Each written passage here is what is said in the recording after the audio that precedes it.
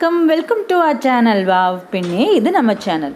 இன்றைக்கி வீடியோவில் டேஸ்டியான மஷ்ரூம் கிரேவி எப்படி பண்ணுறது அப்படின்ற பற்றின வீடியோ தான் பார்க்க போகிறோம். ஸோ வீடியோவை ஃபுல்லாக ஸ்கிப் பண்ணாமல் பாருங்கள். வீடியோக்குள்ளே போகிறதுக்கு முன்னாடி இப்போ தான் நம்ம சேனலை ஃபர்ஸ்ட் டைம் பார்க்குறீங்கன்னா சப்ஸ்கிரைப் பண்ணுங்கள். அண்ட் மறக்காமல் பக்கத்தில் இருக்க பெல் ஐக்கானையும் கிளிக் பண்ணுங்கள். அப்போ தான் நான் போடுற வீடியோஸ் உங்களுக்கு நோட்டிஃபிகேஷனில் வரும். வாங்க வீடியோக்குள்ளே போகலாம். கிரேவி பண்ணுறதுக்கு முதல்ல அதுக்கு தேவையான மசாலாலாம் அரைச்சிக்கலாம். 8லேருந்து 10 பல் பூண்டு போட்டுக்கலாம். இஞ்சி, 1 ஸ்பூன் சோம்பு, 2 ஏலக்காய், இதோட 1/2 ஸ்பூன் கிராம்பு, 1/4 ஸ்பூன் கசகசா, 2லேருந்து 3 அளவான சைஸில் பட்டை சேர்த்திக்கலாம். இதோட 2 பூ அளவு அன்னாச்சி பூ சேர்த்துக்கோங்க. இப்போ இதெல்லாம் நல்லா அரைச்சிட்டு வந்துடலாம். நம்ம மசாலா ரெடி ஆயிடுச்சு. ஒரு வாணலியில் கிரேவி பண்ணுறதுக்கு தேவையான அளவு ஆயில் விட்டுக்கோங்க. எண்ணெய் காஞ்சதும் நீளமாக நறுக்கி வச்சு 2 பெரிய வெங்காயத்தை சேர்த்திக்கோங்க. இதோட கருவேப்பிலையும் சேர்த்துட்டு வதக்கி விட்டுக்கலாம். வெங்காயம் பாதி வதங்கவும் இதோட பொடியாக நறுக்கி வச்சு 2 தக்காளி ஆட் பண்ணி வதக்கிட்டு கொஞ்சோண்டு கொத்தமல்லி தலையும் போட்டு நல்லா வதக்கி விட்டுக்கோங்க. வெங்காயம் தக்காளி 2 நல்லா வதங்கிருச்சு.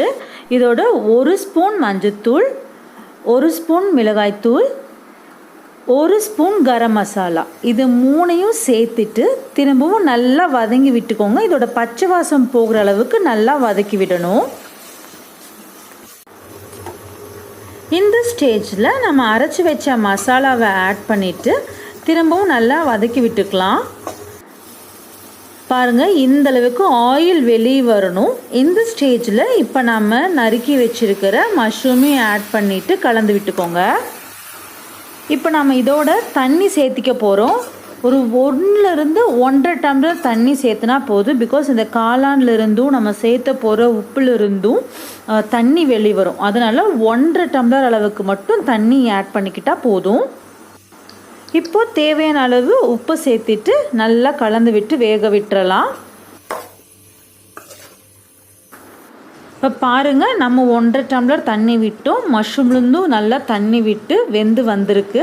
அவ்வளோதான். இதோட கொத்தமல்லி இலையும் போட்டு இறக்கி சர்வ் பண்ணிட வேண்டியது தான். டேஸ்டியான மஷ்ரூம் கிரேவி சூப்பராக நம்ம ரெடி பண்ணிட்டோம். இது சப்பாத்தி, இட்லி, தோசை, சாதம் இந்த மாதிரி எதோடனாலும் காம்பினேஷன் பண்ணி சாப்பிட்லாம். சூப்பராக இருக்கும். இந்த வீடியோ பிடிச்சிருந்தா லைக் பண்ணுங்கள், ஷேர் பண்ணுங்கள், கமெண்ட் பண்ணுங்கள். அடுத்த ஒரு நல்ல வீடியோவில் சந்திக்கிறேன். அது வரைக்கும் பை ஃப்ரம் உங்களில் ஒருத்தி.